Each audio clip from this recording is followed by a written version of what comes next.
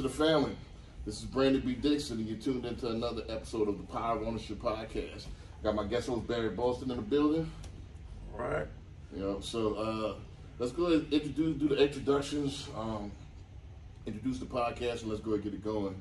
All right, so my name is Brandon B. Dixon. I'm a published author, serial entrepreneur, mortgage broker. My book, Sales and Nuclear Zenny Profession, is out right now on Amazon, so go ahead and get you a copy of that right now.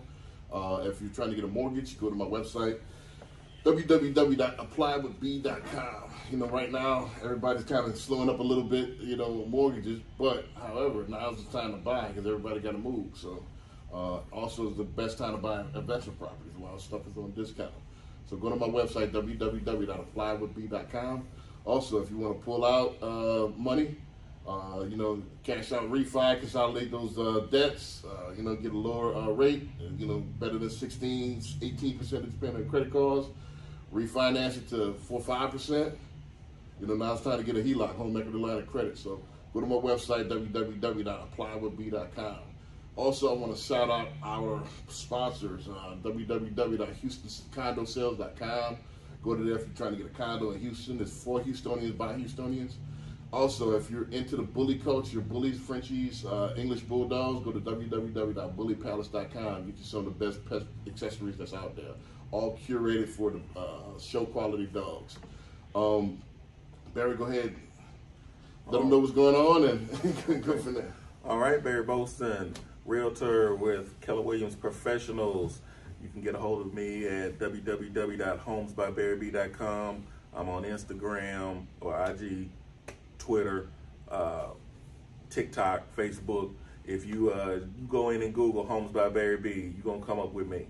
My number is 832-786-1270. You can email me at barryb.com. So if you're looking at, barryb at kw.com. So if you're looking to buy or sell a home, like you said, this is a good time to sell a home. Even though those rates are going up, people are still wanting to move and wanting to buy a home.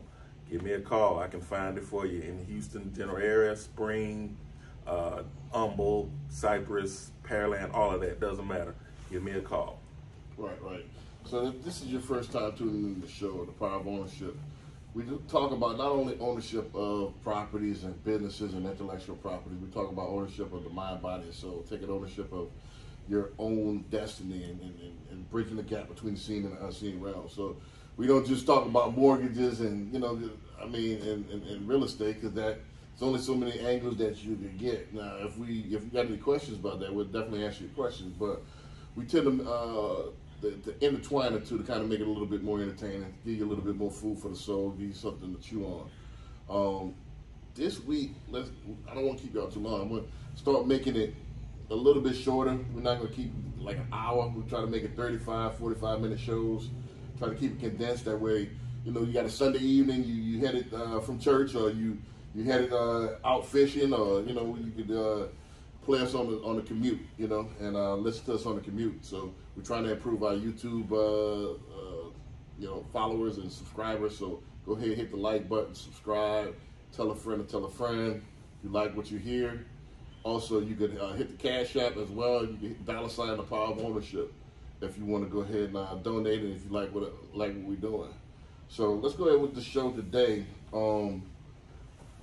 I wanted to talk about something that's kind of been like a third rail, a taboo in our community a lot, and it's called cooperation and collaboration. And I want to talk about it in respects to real estate, businesses. Then I want to talk about it in a more broader, general sense. And the reason why we're so, scared against it.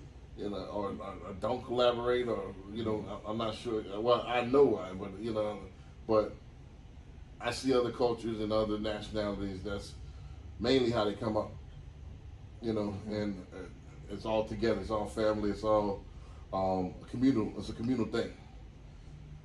I think in our community, there's a lot of solo artists, and they're trying to outdo each other, and they stay at the bottom like that. If you got a bunch of individual people that's trying to outstay each other, you have the bottom of the barrel as far as the any league, you know, it's all about the chemistry of the team. Yeah. You know, so let's talk Not about as much teamwork when it comes to our community. right. So let's talk about it for what we mainly do, which is, you know, our profession, which is real estate. I was listening to a national sales call in the middle of the week, and the first thing he talked about in this particular market is that you got to get creative. And one of the things that he said is that a lot more what's called tenants in common come out as far as purchase. And tenants in common, if y'all don't know, is multiple people purchasing one property. And you get this a lot in different cultures, you know, especially first generation cultures that come out here and they collab together, you know, especially if they're 20s and 30s, until they get to a certain position, and then they branch off. I'll give you an example, like, I don't know if people knew that you could put up to 4 people financing on one transaction. So People probably didn't know that. right, so you could put up to 4 people on one application, and 4 people could finance this one property. And it's called tenants in common. You all could have about 25% ownership in that property. And you all could live there. It's 4-bedroom or whatever, however y'all want to do it, and y'all can each have a room, you know. And then until you get to a certain position, you know, a couple of years, it's all temporary. It's not permanent unless you want it to be. And then you get to a different position, and then you sell a house, and then you got equity in the house, as opposed to renting, Well, you don't have where anything. you know you got. Let's say you were in the wrong bedroom, and that money just going out the window. You look 4 or 5 years from now, you have no equity, and you have nothing to start off with. Nothing. So a lot of other nationalities come and collaborate. They buy, have that nest egg, that money sitting there and appreciating the value. Then when it comes time to split apart and everybody's on their feet now, everybody's in a different position, they split apart, sell a house, and now they got a nice little nest egg. Yeah. Or they keep it as a rental. Or they, and Well, you- split it up. Split it up and split that revenue coming in every month. So go ahead, let's talk about that a little bit, let's digest that. And Yeah, I don't know what it is with our culture that seems that we have to do everything on our own. right, And I think I talked about this before, how some people, when their kids get to a certain age, they want to push them out. Right. You on your own. right, You 18 now, go. And so I think that has a lot to do with it. I'm on my own, so I got to do it on my own. And we've been inbred with this. I don't understand, you know, like I said, why you have to put them out. Let them come in. Oh, and one thing you can do, put them on that, like you say, those 2 or 3 sisters, you know, sisters and brothers or whatever. Right. Y'all get together and get your own house. You can get something bigger. right. Everybody live there, and then you can go and if you want to sell it or like say rent it out, as opposed to y'all 3 going to get an apartment. Right. You know. Each individual apartment. Yeah, Think about each it. individual. Let's do the mathematics. Let's say, well, apartments, you're not going to, in order to get something decent, even a 1-bedroom could cost you $1,300. At least. So let's say $1,500. You got 3 siblings. That's $4,500. If you translate that to mortgage terms, you could get possibly a $400,000-$500,000 house. Even more. Y'all for $4,500, Right. less than that. Right. So you can literally possibly get you in Texas 5 bedrooms or whatever. Texas, a mini mansion. Yeah. You know, that you could literally, you know, in a nice subdivision where you could all live comfortable and live nice, and then that particular property in 5-10 years is going to be $600, $700. So that money that you putting in towards a note, instead of going out the window rent, it could be actually increasing value. And then you can either rent it out later on, or you could sell it, and then each one, that'll be a down payment on each one of your Yeah, house. and then if, you know, like you say, you make $200,000 on it now, when you sell it, each one of you getting a quarter of that, Right. that $200,000. Right. So now you got money to go put down Right. on another home that you want to stay. Maybe you have a family now. Right. You know, you met somebody, you getting married, so now y'all want your own place. Well, now you set yourself up to start here instead of here. Right. Instead of starting from the bottom. Well- But and like I said, I don't know if that's a mentality or something that we do in our culture that we have to do it on our own. We can't do it together. I don't know if they think it makes it look weak, or You know, I don't want people to know that I'm living over here with these. I don't understand that. Right.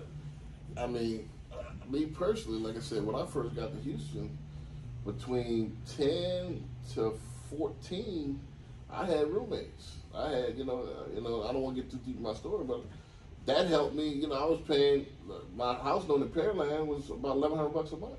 And I was like $300 a month. So it allowed me to stack. And I never looked back from that. You know what I mean? Yeah. So it's just a matter of, I guess it's cooperation. You have to humble yourself. Yes. You know, and you have to have the humility to know that this is temporary and not permanent. And I think it's Gary Vee. He said you want to eat. If you can humble yourself to eat crap for 2 years or 3 years, you can eat caviar the rest of your life. I like that. You know, so it's a matter of can you sacrifice a couple of years, or do you want the instant gratification? I want it now. And you know what? I'm reading a book now called Atomic Habits, and that's one thing they talk about is we tend to go toward things that satisfy us now, and not the things that get us later on. You know, like eating healthy. Right. You know, we eat this, we know it's going to be bad for us, but it tastes good now. Right. But we're not thinking about 5 years from now, 10 years from now. Right. You know? Right. And that's exactly. I mean, it's like we.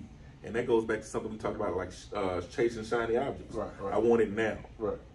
Yeah. I want this big house for me. Right. Okay. Well, now you're gonna be struggling if you do qualify for it. Now you're gonna be struggling. You're gonna be house poor. Right. And you're gonna be struggling. Whereas you can get your cousin or your sister or your brother. Hey, let's go on and get this together, and we're not paying as much, and we still got the same thing, and we building ourselves up. Or, I mean, even people that's like-minded. They're like-minded, yeah. You know, they don't have to be family. They don't have to be family. They can be associates or friends. But you have to work on yourself and growth as a person to live with people.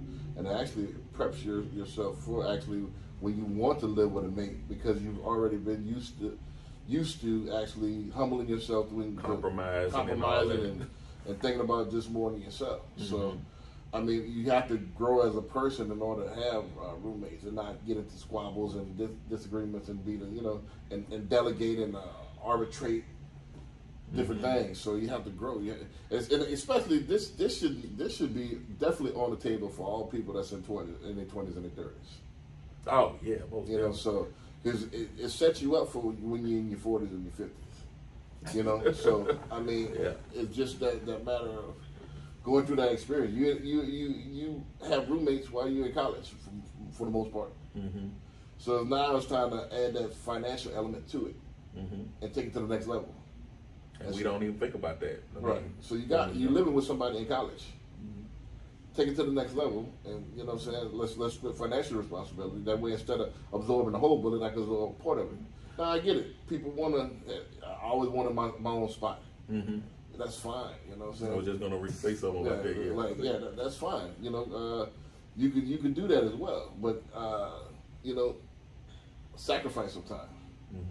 Do you want to do it halfway, or you want to get all the way in the pool? Yeah. You see what I'm saying? So sometimes you got to sacrifice, take that step back, or don't take 2 steps forward. Yeah. So that's what a lot of people don't want to do. Like, do I want to do it halfway, or do I want to do it all the way? Because when you go on vacation when you got a budget, you got to look at every dollar you spend as opposed to going on vacation and just having a good time. And having a good time. 2 different experiences. Yeah. So which one you rather do? You rather go on vacation and not have to worry about the budget, or you want to go on vacation? Hey, I'm out here, but how much that cost? Ooh, that's a lot. That's a lot. 2 different experiences. It's a McDonald's down the street. Right. Yeah. So that's the difference. When you do go out on your own, do you want to go out on your own with a nice little nest egg? And that's the mentality, and that's just how we're brought up and raised. I mean, as a community, we're not given financial tools. We're not given financial knowledge. That's one thing that's missing in school. I mean, they teach you the quadratic equation, but they don't teach you how to balance a checkbook or things with your credit. Or even grow as a person. Grow as a person. Emotional maturity, emotional intelligence. And all that's part of that whole total person. Right. You know, what's the point of all this if you struggling and you got to go get 4 or 5 jobs and all this and work your tail off and get home, and by the time you lay your head down, it's time to go to the next job, and can't even enjoy it. You can't even enjoy life. Right. Well, the thing is, like I said, when I was again, I was in my early 30s when I moved to Houston again, but I was on the grind mode. You got to be, especially with guys, man. You got to be in grind mode. You know, where I was working 6-7 days a week, and when I did get home, it was just to kind of lay my head. And anyway, so why do I need a big space? All these amenities, and I'm at stack. I'm not even at home. Yeah, I'm not even at home. So it's just a matter. It's just the ego thing. Yeah. At that point. And just to kind of switching gears, let's talk about a little bit more as far as business.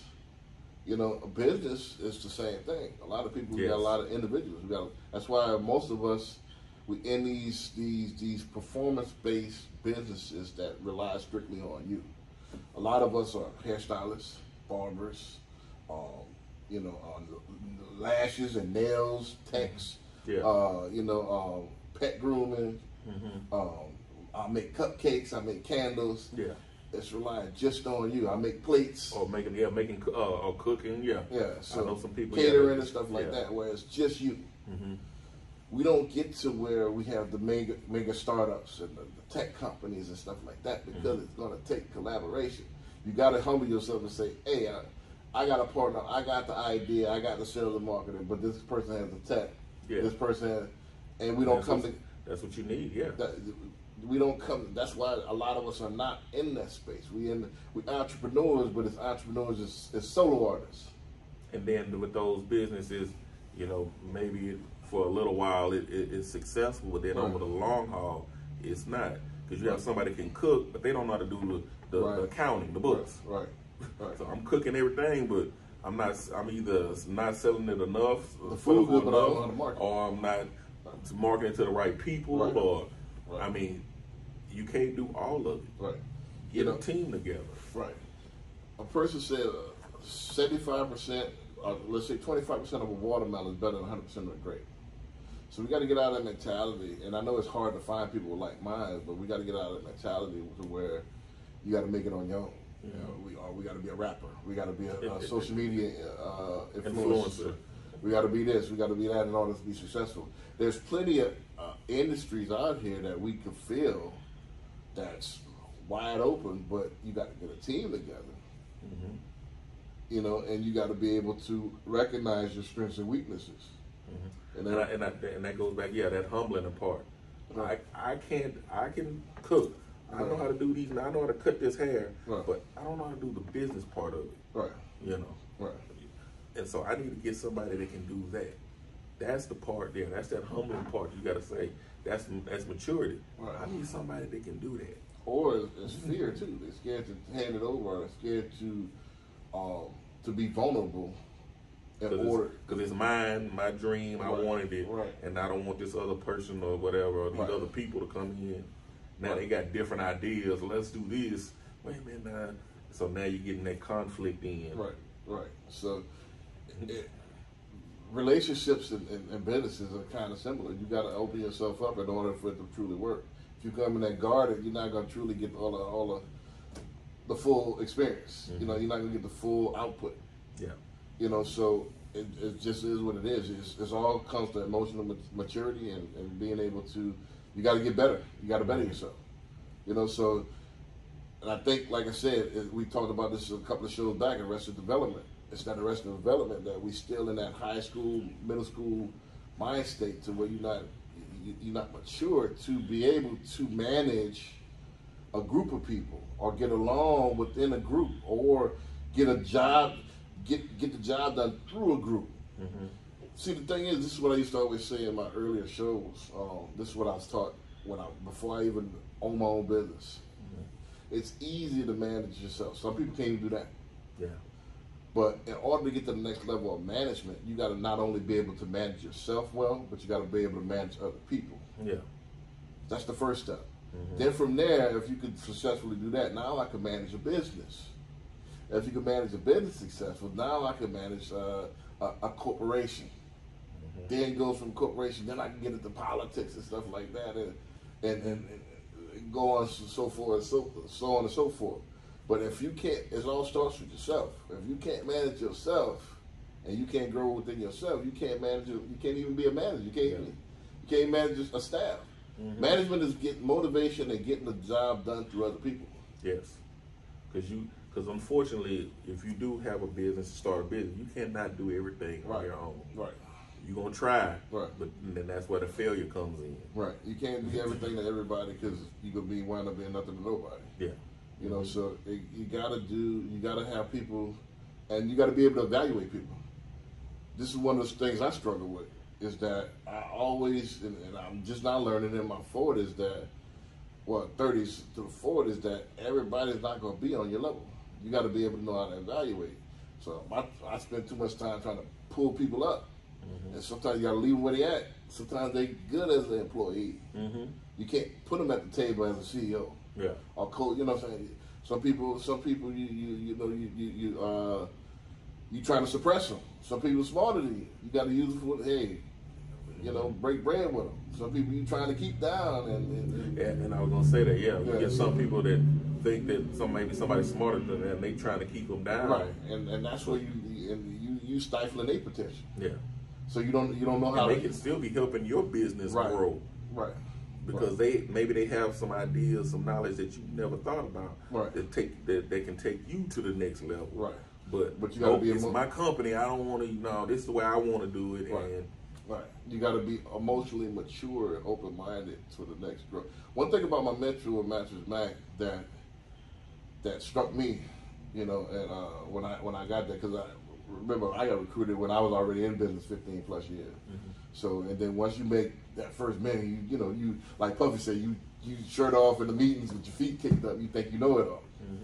So one thing I love about Mattress Mac is that he always, first of all, walks around with a pen and a pad.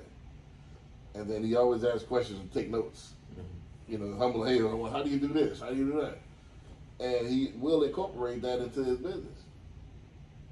So you can't be scared to learn new ideas from anybody. You can learn from a baby. You can learn from anybody. You can learn from a bum off the street. Yeah. So, but if you're so arrogant, you shut that off. You're shutting off your blessings.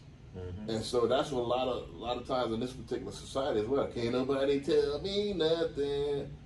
That's a society where nobody can't tell them nothing. At that point, you blocked everything off. You blocked your growth off. Or if you do try to tell them something, they say you hate them. Right. So they automatically just blocked off. Yeah, they putting a force field around them automatically, and they not taking anything new. And that's not how you get long-term success. If you talk about long-term success in business, it's a couple of key elements. First of all, you can't be scared to grow and change and adapt. The only thing that's constant is change. There's going to be constant change. Secondly, is that you're not going to get the job done by yourself. You can get to X amount of dollars, by yourself. You'll get to some point. Yeah, but you can't get to that big money by yourself. Unless you win a lottery, and then, so even that's a con, So if you want to get to you're going to have to be able to evaluate people, work with people, and stuff like that. It just is what it is. There's no getting around it. And most millionaires and most successful businessmen, they read and try to get better. They YouTube, and try to research things to try to grow. And they surround themselves with people that can lift them. Right. And that's take it to the next level. You can't be scared of people that's smarter. In fact, you want to seek out. That was Mac. If he did have any habits, is paying for them high end consultants. That's what he used to do. He paid for high end consultants all the time. Yeah, I heard people say, if you're the smartest person in the room, you're in the wrong room. You're in the wrong room. You need to find somebody else that can make you better. He changed. I've seen him change all policy just from reading articles. Taking that idea and run with it. So a lot of people get asphyxiated. Hey, this is how we've been doing it, and that's how businesses go under. That's how we're gonna do it. That's how we're gonna keep doing it. Yeah, and that's what you got to be. Who would have thought 15, 20 years ago that it's cheaper to just go ahead and have an app on your phone where you get somebody, you press a button, somebody show up at your door to take you where you need to go. Mm-hmm. You know, a total stranger with no taxi cab license. You know, and then or somebody that's stranger gonna drop off your food. Drop off your food, yeah. You know, from McDonald's, some stranger gonna go to McDonald's for you and drop all your food. Mm-hmm. So that's innovation. Yeah, that's I mean, you know, just think about how old is the iPhone? 07? 07. Right. We didn't have any of this before 07. Right. I mean, you couldn't think of it. Yeah. Just from 07 to now, look how much it's changed. Right. In 15 years. Right. We used to, in order, I know back in the early 2000s, you were cutting edge if you had a portable DVD player. So you had the 1 or 2 movies that you'll take on the plane. You got the little 8-inch screen. You have to change it. Now I got a library with thousands of movies that I can choose from on my phone. You know, any movie that I want on my phone. Yeah, any song that I want, any movie that I want, right now on my phone. I mean, look at how we've done with music. I mean, I remember looking for albums or cassettes. Right. You have to look for then then was CDs. Right. Now, so they drop a thing on Spotify or wherever, and boom, there you got the whole album. Right. We had to get one song at a time until the album dropped. Right. Now they dropping the whole album. The whole album. Then you gotta have actually do behind the counter. Hey, when that such coming out? Then you lucky. Hopefully they got enough for you. You know, sometimes you go buy the album, and you be hoping that the whole album is good. Right. So that's gone. So, yes. Yeah, that's gone nowadays. So, I mean, you got to be not only thinking of now, but you got to be thinking of 10 years from now. Mm-hmm. And you can't be scared to adapt and change. And I think that goes back to that, to that collab. Not thinking about what's pleasing now, or what I can do now. You got to be thinking down the road 10 years. Right. 5 years, 10 years, 15. Right. There's actions that you can take that can change the whole landscape of your business. You know, so just to turn it one more time, let's talk about some of the whys. Like, why do you think the lack of collaboration, the lack of cooperation is in our community? And we want, like, one of the only that I look around, just look at the scope. I would say our community, but I say millennial, because we influence a lot of the pop culture. Our hip hop culture is the pop culture, really. Mm-hmm. But even millennials, they kind of lost that collab. But it's millennials, but in our culture especially, it's solo artists. I'm trying to get. I don't give a damn, and nobody can tell me nothing. That type of mentality, and I want to be a millionaire, and there's no steps to getting there. It's just skyrocket or nothing. I know with them, it's like they have everything there for them. Right. Like with a cell phone. I mean, how many times have you been somewhere you see the millennials and they just on the phone? Right. All this stuff is going on around them. They just on the phone. You got your music, you got your news, you got anything you want to do is right there. So it's like the outside world is keeping that outside. Right. Yeah, as far as the millennials. But when you're getting back to that, why are we? Oh, not we. But why is our community like that? And like I said, I think going back to just how our parents were raised, how we were raised, right, and just you got to get out there on your own. Right. Like I said, I know people who parents told them at 18, when you graduate from high school, you getting out. Right. Whether you got a job or not. Right. And so you hearing this for 10 years, growing up. Right. I'm on my own. Right. I got to do it on my own. Right. Right. Well, yeah, that's. I would say, yeah, that's part of what the community is like. I got a point to prove. I got to prove that I could do it by myself, and don't need anybody else. That's part of it. I think it goes deeper too. With the propaganda about trust. I think like there's a lot of mistrust in our community, especially with people like you that look like you. I think. Especially males too get it as well. I think it's propaganda. Like, hey, I'm suspect, bald head. I'm criminal. You know what I mean? It's automatically I'm not given the benefit of the doubt. So it's like if I come with the same idea, you can have me and 3 different nationalities. If I come with the same idea and even pitch it better, I have ulterior motive. It gets spun to something else. So, and it goes back to the propaganda. I think it's the propaganda, like with what you see on entertainment and just the image that we've been portraying the last 40, 50 years. That hey, we jail thugs, criminals, uneducated, you know, and that's what's in your subconscious mind. So why would you want to do business with a thug, criminal, and somebody that's trying to get over a scammer and stuff like that? You know, the Nigerian prince and you know what I mean, stuff like that. So it's automatically a caution in most people's eyes. Because the thing about it, you know, I've seen, you know, personally, like our community is there's that much chance, but even the other communities, even smaller chance that you're going to do any collaboration because they seen the same propaganda. You see what I'm saying? Yeah. So it's image problem. Oh yeah. You know, so and that's why like we don't trust each other. Yeah. You Oh know? yeah, and I think I told you before that I've done like marketing campaigns where I've talked to, I'll call like some of my friends that are black, and one of the first things they want to say is, "Oh, this is a scam." Right. I'm like, what?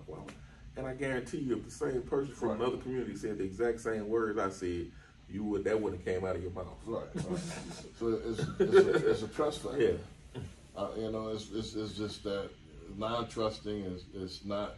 I mean, I got so many different examples. Like, you know, it's just how we react and how we deal with our own is different than.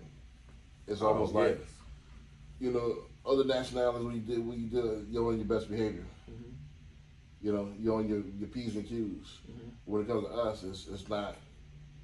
It's not. We're not given the benefit of the doubt. And even when you're talking about even going to social issues, Right. we forgive people in other communities. Right. Way more. Before we forgive each other. Right. They killing our kids, killing our sons and daughters. Right. And we forgive them. Oh, I forgive you. We in court. I forgive you. Right. But auntie or uncle or whatever, you don't forgive them for taking $5 when they was a kid 20 years ago. They owe you $5. Yeah, they owe you $5. I ain't messing with them. Right. But he over there killed your cousin or whatever. Right. Oh, I forgive you. Right. I never understood that. Right. So yeah, some kind of way they ice is colder than our ice. The ice is colder than our ice for some reason. Yeah. Same ice. Yeah. You know, but I mean, it is what it is. So it's an underlying issue that we got to break out of and start collabing and cooperating. And I know it's hard because of the stigma, you know, that's attached there. And then at the same time, some people, I think I talked about this on a previous podcast as well. A lot of people play into the character. Oh yeah. You become what they told you that you are. Instead of fighting back and like, all right, I'm gonna go outside of what you telling me that I'm not the thug. I'm actually a smart guy. Ain't nothing wrong with me talking proper and pronouncing my, you know, words and stuff like that. If you think that's what I am, I'm gonna act that way. Right. But some people are stuck into that mold and they actually play out the character. They play, you know, and that's they can't break out of that. That's what you told that you have to act a certain way and you act accordingly. And so it's hard to decipher, especially if you haven't, you know, emotionally matured, who's who, and you're scared to get burned. Yeah. And so that's why there's a lack of collaboration in our community. Like but you have to actually put yourself out there as you grow and as you put yourself out there positive, your vibe gonna be your tribe. So people that's gonna you know, you're going to have some negative satellites come along, but most of the time you're going to attract people that's like you. Your vibe going to be your tribe. Then you collaborate from that. And it's sad to say, sometimes you got to let go, and that was my problem as well. Sometimes you can't help family members. So can't help everybody. Yeah, even though we genetically related, but mentally we worlds apart. You know, and that's just what it is. We genetically, physically related, but mentally we don't mesh. And you know what? That's all right. Right, that's all right. We're not all meant to just go the same direction. Right. Right. You have your path, I have my path. Right. We can still collaborate on the way. Right. But you just going this way and I'm going this way. Right. Right. Yeah. So everybody's not, just genetically family. Your family sometimes is people with the same amount of goals. If you look at the condition of it, people that's what similar goals is going in a similar direction. That's family, and you can make family, as you go. Yeah. You know what I mean? So be closer to those business partners because y'all were struggling and doing things together along the way than you are with a blood relative. Right. A lot of blood relatives, that's the first ones to kind of do all the stuff that you're scared to mess over you. So a lot of people think get that or get gun shy, and they're scared to let go, and then you only could grow. You only could get so far in those type of businesses. You could be a barber. You'll make a decent living. But can you get to the 10 million? Who's the $10 million a year barber? Show me. Show me the $10 million a year hairstylist. You see what I'm saying? So on those jobs, to the point where you're owning franchises, right? Or you Even own different if you own shops around. franchises, then you're gonna have to collab with a team. Yeah, you're gonna have to have a team. But who's the solo artist? That's a $10 million. They got barbers that make like Steve Harvey barbers making $2,500 a haircut and stuff. Now he got the string, but he learned how to open businesses and enterprise at that point. So, but you can't get rich. When I say rich, let me put that in context. Rich is when the money works for you, not when you have to work for the money. But you can be well off and comfortable by yourself. But I'll never see where you can get rich by yourself unless you win a lottery or unless you're an entertainer. Even entertainers have their support system. Yeah, they do. You just don't see them. You just don't see it. They usually behind the scenes. So they have managers that get them those gigs, and they're producers that are doing the music, and some of them have writers that are writing the words. So we don't see all that. Right. So we just see the outside. They do have them. But yeah, it's right about the 35-minute mark. We don't keep y'all too long. Let's go with solutions, and then let's wrap it up. Would you say some of the solutions that we can give people to start collaborating and cooperating? Changing our mindset. Right. Changing our mindset. Understanding that we can do this together, and not singling out or putting out, but having people go on their own. Bring people in. Bring those. But it comes to a mentality. We can do this together, or you can do this together. Right. My thing, and I think I said this on the radio station. First, you got to work on yourself first. When a plane going down, I say is, make sure you put your mask on first before you help others.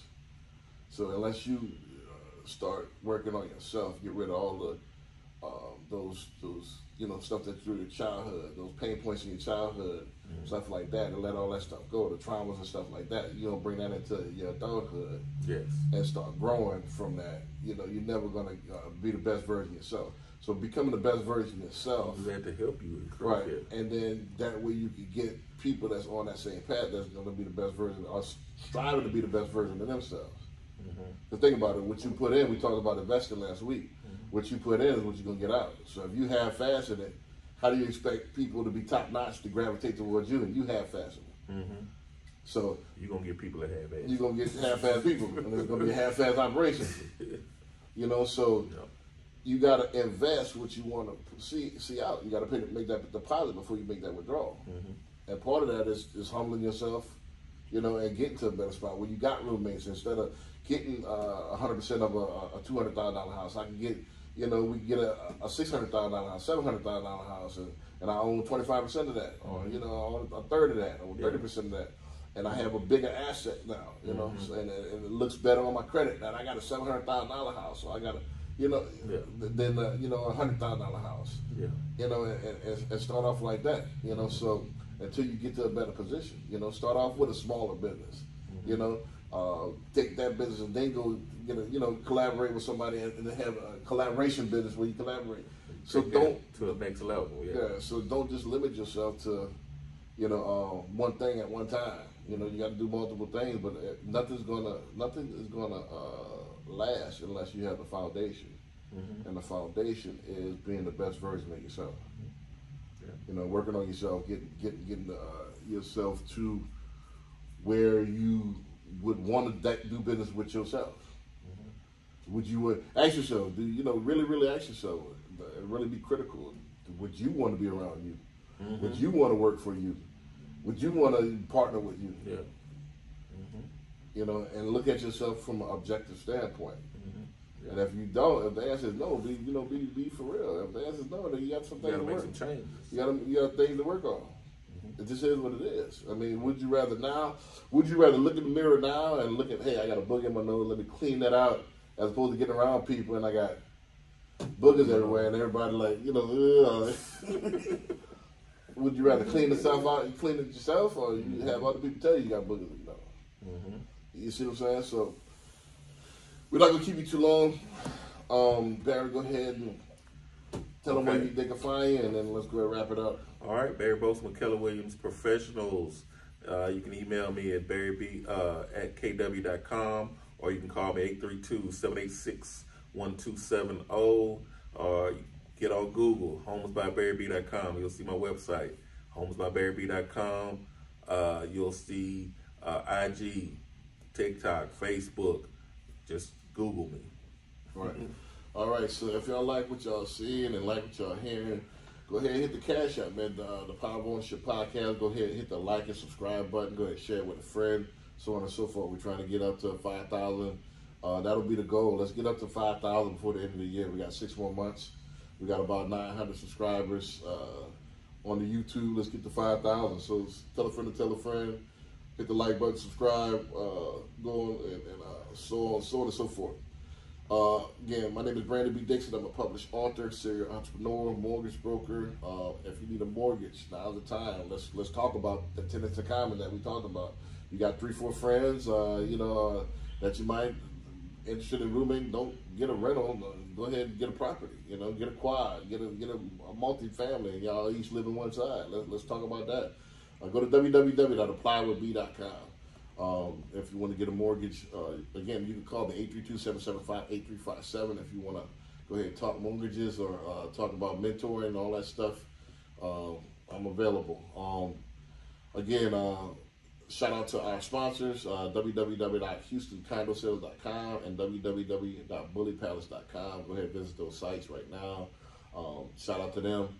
We got another sponsor cooking up in a minute, so that's coming soon. If you want to sponsor the show as well, hit me up, www.applywithb.com, or you can just call me 832-775-8357.